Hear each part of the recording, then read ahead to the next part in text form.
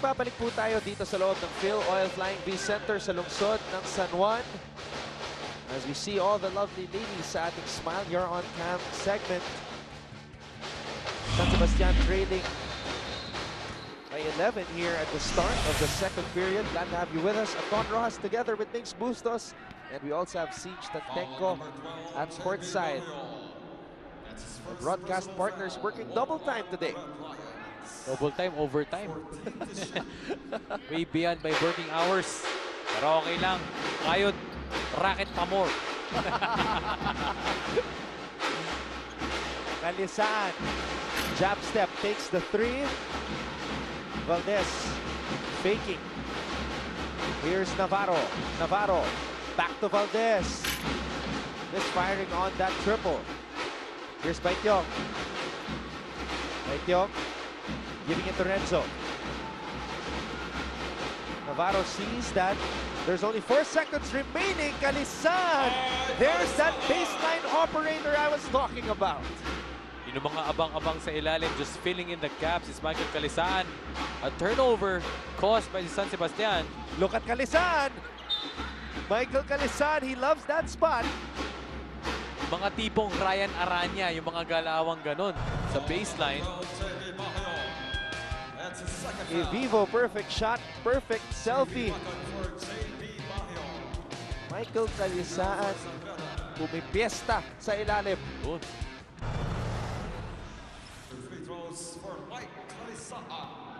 I remember that game where he scored the career high 35 points by just doing that. By just moving on the baseline, proving to us that you can score big by playing simple basketball. That's true. Kaya nga yung kasabihang gawing simple ang basketball. Parang ganun lang para kay Michael Kalisaan. That was way back in August 7, 2015. Season 91. 35 points for Michael Kalisaan. 15 of 20 shooting.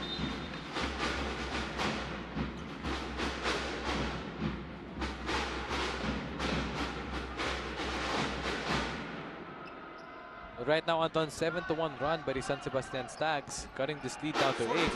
But Robert Bolick, the veteran, in the ball game also with JV Mocon.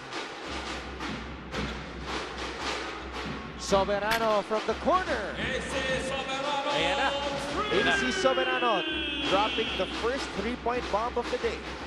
AC Soberano checking in for Coach Boyd Fernandez. Once he gets daylight, it's almost automatic. Kalisan up and under move. At mananatili ang bola dito sa San Sebastian. Well, this zone defense, this zone buster by AC Soberano, recognizing that gap from the corner.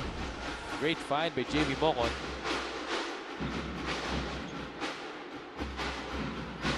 Navarro.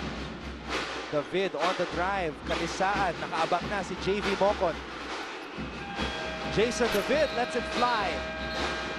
Ball was still in his hands when he took that shot as time expired.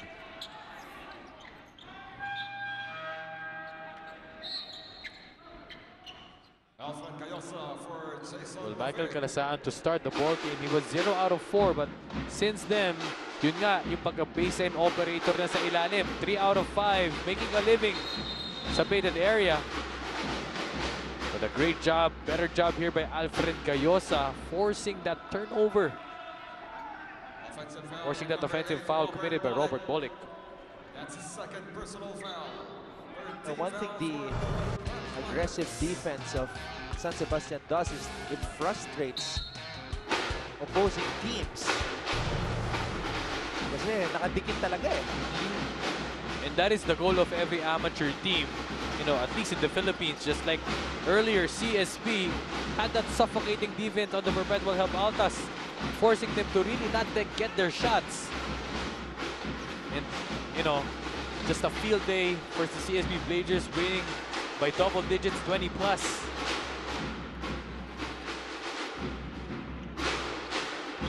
Falling spins. looking for JV Mocon. Mocon recovers the basketball. JV Mocon breaks into double digits. Shades of a Mac Cardona. Captain Hook is JV Mocon. He has that arsenal down low, that half hook. 10 points, 3 rebounds, and 2 assists now for JV Mocon. And JP Revilla is cheering for JV Mocon. Give your best daw, sabi ni JP, para kay JV.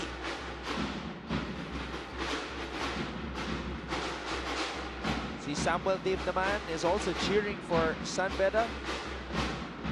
And thanking everybody watching right now. Kasama na rin dyan ang ating loyal NCAA viewer, tatay ni JJ at JS Domingos, Tito John.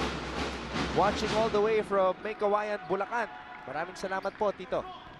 Pati loyal dito si Ate Gina, taga-parking. Si Ate Gina, the best yan. The best yan. Pati yung Uber driver ko kanina, si Jen Layson. Lagi daw siyang nanonood ng NCAA.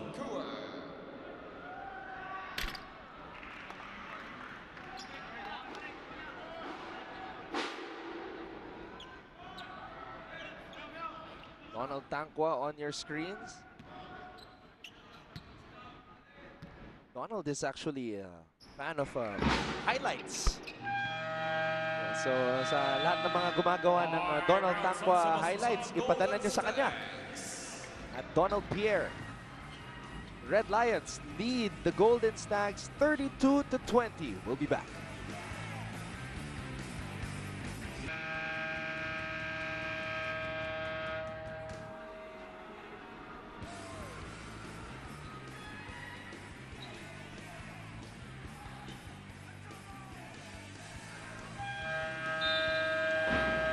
We're back inside the Phil Oil Flying V Center here in San Juan City as we continue to scout the ladies here. Exciting smile, you're on cam. Gandang scouting report nun. Dami na malalagay sa notes.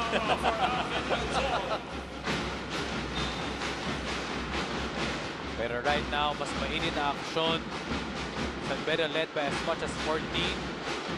Cut back to 8 and now back up again to 12 points. There's a foul on AC Soberano. Number 6, AC Soberano.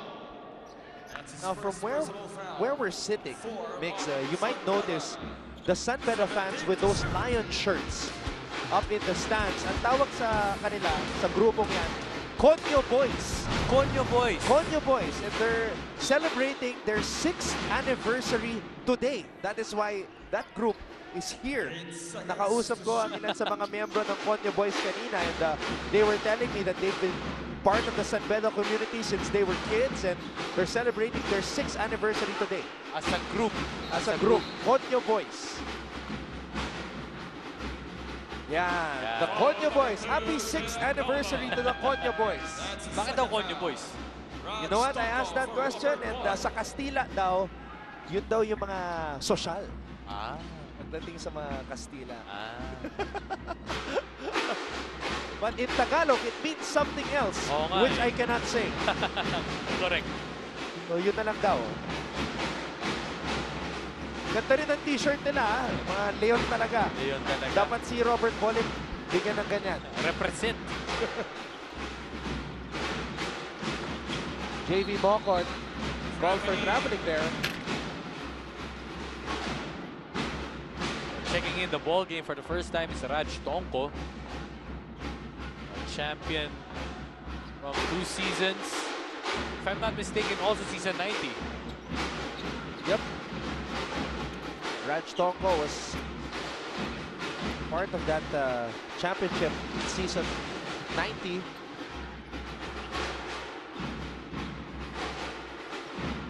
That was his rookie year. And then got his 2nd championship last year. Gayosa all the way.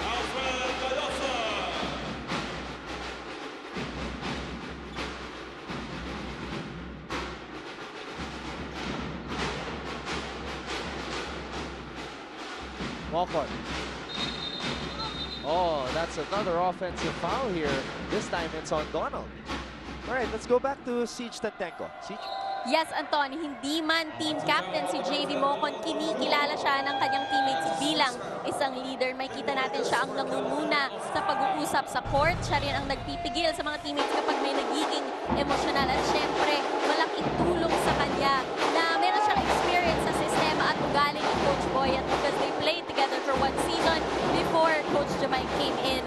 JV is also a guy who leads by example. Katunayan niya, every practice he arrives 30 minutes to 1 hour before their call time to get in some extra work. Back to you, Anton. Beda has a rich heritage pagdating sa mga great power forwards. You can start with the time of Yosef Aljamal and then, of course, Jake Pascual, Kyle Pascual, David Semerad, Arthur De La Cruz, and now it's JV Mocon's time. What a privilege to be part of an elite list. Dave Marcelo, meron din yan. And Dave Marcelo, the reason why he was legit as a big man was he started over the imports. Yes. As in, siya yung starting center talaga. Mas bata dyan sila Dave Marcelo, sila JR Taganas. Ayun, si JR pa. Mga kabatch ni Kuya Borgie. Well, let's take a look at this three-point shot by Clint Rodriguez sa ating Milo Nutri upcoming move of the quarter. Clint Rodriguez, 2 years out of competition, but back like he never left with a bigger role dito sa Lions Den. Bigger role indeed, proving to his team that he can close out games, that he can be that main man to be the closer against Perpetual Help. At the home floor of the Altas, he was that go-to guy down the stretch to seal the deal.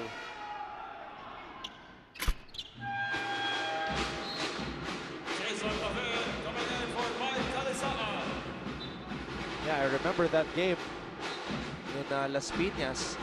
That was a heartbreaker dahil lumamang na yung Perpetual off of that layup by Keith Bido. And then on the other end, Clint Rodriguez knocking down that off-balance triple. Eh, magkaibigan pala yung dalawa. Si Keith tsaka si Clint. Sabi ni Keith, naisan ako ni Clint, kaibigan ko. Correct. Pero right now, San Sebastian doing wonders. Their 1-3-1 zone defense, it's unlikely because their big man is going up top at the 1. And then yung point guard nila yung nasa ilalim, siya yung kumbaga wiper sa ilalim and challenging the shots from the corner as Jason David knocks it down from the Rainbow Country. Bihira natin makita yan kay Jason David, yung pulling up while in motion. Difficult shot, but he's able to get it to fall. Here comes Costello. Costello, no-look pass. Gayosa will head to the line for 2. Alfen Gayosa, rather, that's his role, just to provide the intangibles. Not known to be a scorer, but Jason David with this beautiful step-back jumper. Alfred Gayosa, sabi mo nga, Anton, sporting a new game, also providing some offense for Coach Egay. Didn't really provide us a particular reason as to why he came up with a haircut, pero sabi niya, last game pa daw. Last game siya nagpagupit itong si Alfred.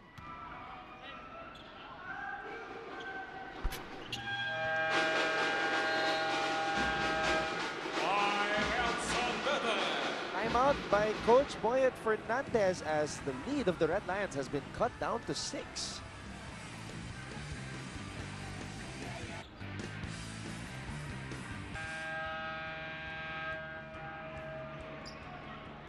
You're looking at the main man for San Sebastian, Michael Calisaan. As we check out his Vivo player profile, the 6'4" forward from Santa Rita, Pampanga, who has been trying to convert himself to a small forward. Well, Anton, Michael Calisaan is the leading scorer for his squad, 16 points, 8 rebounds a game. He dodged the bullet because initially he was charged with a disqualifying foul. And Michael Calisaan is one of the top scorers in our league, number 4 to be exact. Costello with a steal. He's got Gayosa on his left, David on his right. Gives it to Gayosa. Gayosa, one more chance. Alfred Gayosa. Doing it on both ends of the floor, guarding the guards, and also pinching in terms of points is Alfred Gayosa. Balling. Mokot to Potts. Potts steps back, pulls the trigger. Gayosa picking it up. Calma on the drive. Great fight by Alfred Gayosa. Good look now, Anton. 2-point lead na lang dito ang lamang ng San Beda. Alfred Gayosa, 10 points and 2 boards. The lead was as high as 15. Doliguez fouled by J.M. Calma. Foul number 2, J.M. Calma. That's his 3rd personal foul. Let's take a look at this great find by Alfred Gayosa. Great job by Calma for streaking. Breaking free. 2 free throws for Clint Doliguez. When you think about the centers in the roster of Coach Egay Macaraya, only 2 guys stand out. Si Justin Mercado at si Baitiong. And Baitiong is undersized. And in terms of physicality, Mercado's the only one who can really hang with the likes of Donald Tangwa. So J.M. Calma is really stretching his role here. Yes. I wouldn't even consider Justin Mercado to be a legitimate center because of his height. Yun din because of his physicality, but then Alin Bolanadi with a confidence 3-point shot. So lumalabas, parang wala talagang tunay na center ang San Sebastian. But then that is, Anton, that is compensated by the height of their 2 to 3 and 4 guys. Kasi matatangkad dito sa Alin Bolanadi, si Michael Calisaan, Alfred Gayosa. Devon Potts, good line on that triple, and he gets it to fall. Pamatay sunog yung 3 puntos doon ni Devon Potts. Ito pa si Jason David, also a guard, a 2-guard with a respectable height. I truly feel, Mix, that we have not seen the best of Devon Potts this season after a stellar first year in the NCAA last year. Baitiong, short on that turnaround. Here comes Balling. Balling, binigay dito kay Donald. Donald Tangwa turns, fires. David with a board. Under a minute to play here in the first half. Golden Stags outscoring the Red Lions 21-14 here in this quarter. Gayosa, good move, just could not convert.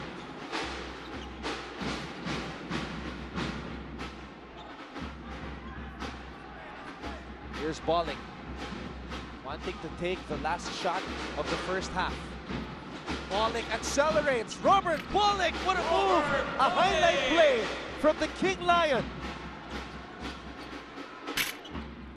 And Costello unable to convert on that heave from the half-court line. But what a move by Robert Balling. Umupo sa ere. Umupo sa ere, parang Renzo Navarro shot kanina, but then Ryan Costello, his shot was just too early as he released that. Those were the types of shots na ginagawa ni Balling during his days as an NCAA juniors basketball star with LaSalle Green Hills.